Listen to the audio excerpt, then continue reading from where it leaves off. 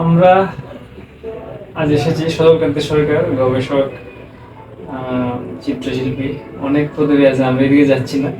তো আমরা জানি উনি বাট কবিতা লিখেছেন। তো বাট কবিতাটা আমাদের কাছে অপরিচিত, নতুন প্রজন্মের কাছে। আমরা জানতে চাইবো সদরকার কাছে যে বাট কবিতা সম্পর্কে আসলে এর উৎপত্তি, এর রচনাকাল বা আসল বিষয় বিস্তারিত। আসলে বাট কবিতার সাথে আমি প্রথম পরিচিত হই হাই স্কুল জীবন, সম্ভবত 1981 সালের কথা। ধর্মবাসা ব্রিজে একজন লোক বেগে নিয়ে বাট কবিতা কাগজে লেখা থাকে হাতে, বিভিন্ন সমসাময়িক বিষয়ের কাহিনী, রাধাকৃষ্ণের প্রেম কাহিনী, বর্তমান বিষয়াশয়ের উপর নির্ভর করে গ্রামের কবিরা দীর্ঘ লম্বা একটা কবিতা লিখে। এই কবিতা তার কাগজে 4 পৃষ্ঠা 8 পৃষ্ঠা হয়, এটা কলম দিয়ে লিখে। লেখার পরে এই কবিতাটা তারা নিজেরাই সুরে গাইয়া বাজারে বিক্রি করে। খুব চমৎকার সুর, কাহিনী নির্ভর এই কবিতা হয়। মানে মূলত একটা কাহিনীকে এই কবিতার মাধ্যমে তুলে ধরা হয়। তবে এই কবিতাটাতে ছন্দ এবং অন্যান্য যে সুরের বিষয়টা ভিন্ন। এই আছে না যে দুইটা বাক্যেরই একটা ছন্দ না, অর্থাৎ একটা বাক্য দ্বিতীয়বার গায়া ছন্দের তাল লয় ঠিক রাখতে হয়। এই যে মাঝে মাঝে একটা বাক্যকে 2বার গায়া তাল লয় ঠিক রাখতে হয়, মানে মানে পুনরায় রিপিট করা হয়। এবং এটা চমৎকার, এটা তাল, এটা ছন্দ, আর সুরও তো চমৎকার। সুরটা আমরা এখন তার পারি না, কেউই হয় না। তো তারা খুব টাইনে খুব চড়া গলায় এগুলা গাইতো, যেখানে করুণ দিত, মাঝে মাঝে টপ্পা দিত, বাহাবা দিত, দিয়ে গলা গাইত। ভাটি অঞ্চলগুলোতে এই ভাট কবিতাগুলা সবচেয়ে বেশি রচিত হইত, রচনা করতো ভাটির কবিরায়, লোককবিরা এগুলো বিক্রি করতো। আর এই ভাটিতে এগুলা মানে রচিত হইতো বা আলোচনা করা হইতো বিদায়ী সম্ভবত এটাকে ভাট কবিতা বলা হয়।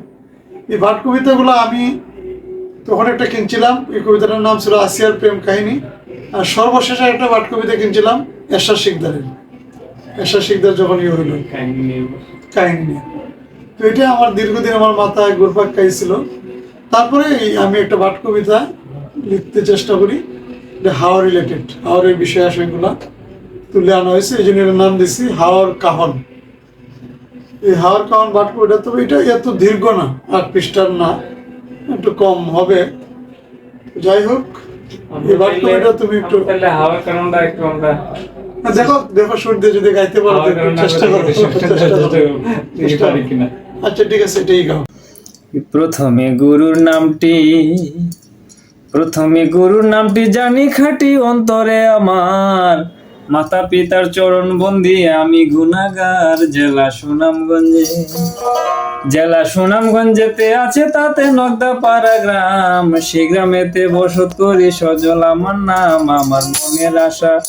আমার মনের আশা ভালোবাসা খালা বিহাওর, লিখতে চাই মনের কথা কবিতার ভিতর। আমি নই পদকর্তা, লিখতে পারতাম মনের পূর্ণ আশ, লিখলাম শুধু মনোবাঞ্ছা কবিতার দাস। বলি বিনয় করি মান্য করি শুনেন দিয়া মন, কালিদহ সাগর ছিল ইহাওর তখন। তারপরের কথা ভিন্ন বার্তা কি বলিব আর, পলি জমে ভরে ওঠে হাওরের পার।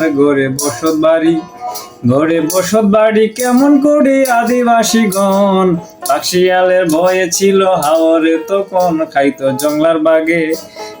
জংলার বাগে হিজল বাগে দিনের দুপুর, মা বাপে জানিত না কি হইল পুতুর। সিন্নি মানত করে খুদার ঘরে পুত্রের আশায়, অবাগারে বাগে খায় কেতারে খন্ডায়। আছে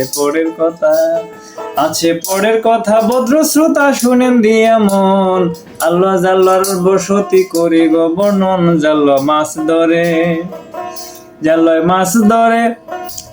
মাছ ধরে কেমন করে হাওর নদী বিলে সাপ বিচ্ছুর বয়ে ছিল, নল খাগড়ার তলে বুকে সাহস নিয়া জালয় মাছ ধরে কেমন করে। হাওর নদী বিলে সাপ বিচ্ছুর বয়ে ছিল, নল খাগড়ার তলে বুকে সাহস নিয়া কুচ দিয়া মাছে দিত ঘা।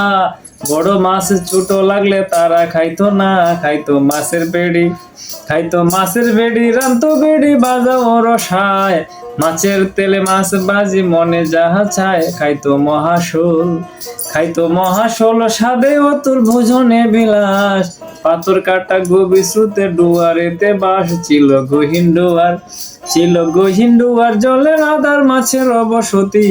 জাল যার জলাতার এই ছিল রীতি। আইলো ইজারাদার কৈবর তোষার হইল, জাল হইল বিকি। মাছে গুলি বেচে তারা ধরে খায় পাখি, নাই কুড়া পাখি। আইলো ইজারাদার কৈবর তোষার জলা হইল বিকি। মাছে গুলি বেচে তারা ধরে খায় পাখি, নাই কুড়া পাখি। খাঁচায় রাখি আউশ করি পুষে, সাধু মাস তেমন নাই ইজারাদার দুষে। বিলে শেষ দেয় দৈরা নে মাছের বংশ সব। এই বিলে আর হয় না মাছের জলরব। বিলে মাছের আকাল নিদান কাল, কি হবে এখন। জাল নিরে লইয়া জাল বৈদেশে গমন। বলি হাল্লার কথায় আমার পিতা জমি করে চাষ। শালি বুড়ো ফলাইয়া খায় 12 মাস। যখন বর্ষায় আসে জলে বাসে, কাম কাজ নাই। নায়রি রানা গুনা নতুন জামাই। যখন হেমন্ত মাস কি সর্বনাশ ফসলের তরে। মায়ে জিয়ে ব্রত করে দানের গুছি ধরে, দানের গোলা ভরে চাল কারে নির্মাম। দিন যায় বছর যায় চাল ফুরায় না, খায় দুধে বাতে একে সাথে নাতি পুতি লইয়া। দান কেতে বর্গি আসে অংশীদার হইয়া। তারপর কি হইল ধ্বংস হইল পেশা গেল সব। রীতি নাই। হাওর বিলে ধ্বংস করিছে কামাই। আইলো ইরিদান কলের গানা মাটির সুর লইয়া। জমিনেতে সার লাগে হয় না বটু কালায়, হয় না হর্ষ কৃষি তিলি তিসি ঠিক আগের মতো। কীটনাশক ধ্বংস করে মাটির গুণ যত। কত গুণীজন জন্মগ্রহণ হইল হাওর পারে। হাসন রাজা আব্দুল করিম বিশ্ব চরাচরে। হয় না গানের আসর বাউলা অন্তর সকলে মিলিয়া। পদ্ম পুরাণ গায়না ভদু সারেতে বইয়া। নাই ভাটিয়ালি বইটা খালি নদী গেছে মরে। বেরি বাদে হাওর কাইছে তিলে করে। নেই জলারণ্য বৃক্ষ শূন্য নল খাগড়ার ঝুপ। খান্দা জুড়ে হিজল করস নেই আগের রূপ। নেই চারণ ভূমি চাষের জমি হইতেছে ভরাট। গোয়াল ঘরে নাই গরু নাই খেলার মাঠে ইট বাটা কৃষক বেটা দিছে বড় করি। খুরের ঘরে ইট লাগাইছে জরিনা সুন্দরী করে জিলমিল বাতি পশরতি দরজা দিয়া খিল। কারো সাথে কয় না কথা বড় হইছে দিল। চালায় কলের গাড়ি মল্লের বাড়ি নাম হইতেছে তার। পাড়া পড়শি দেখলে লাগে কাটা মান্দার। চলে কলের নাও বাটির গাও চলে দিয়া ঢেউ। জলযুদ্ধ শেষ হয় কয় না কথা কেউ। মরে শাপলা শালুক জল তালুক হইতেছে লুপাট। আগের মতো নাই ঢেউ নাই জলের ঘাট। হবে মরুভূমি ধানের জমি আর মনে হয়। খেলছে খেলা রঙ্গিলা সারা হাওর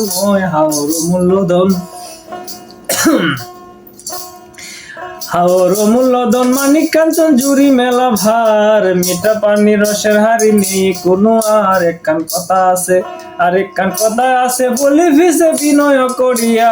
টুলি মসি কেলিও না এ হাওর লইয়া। এক কান কথা আছে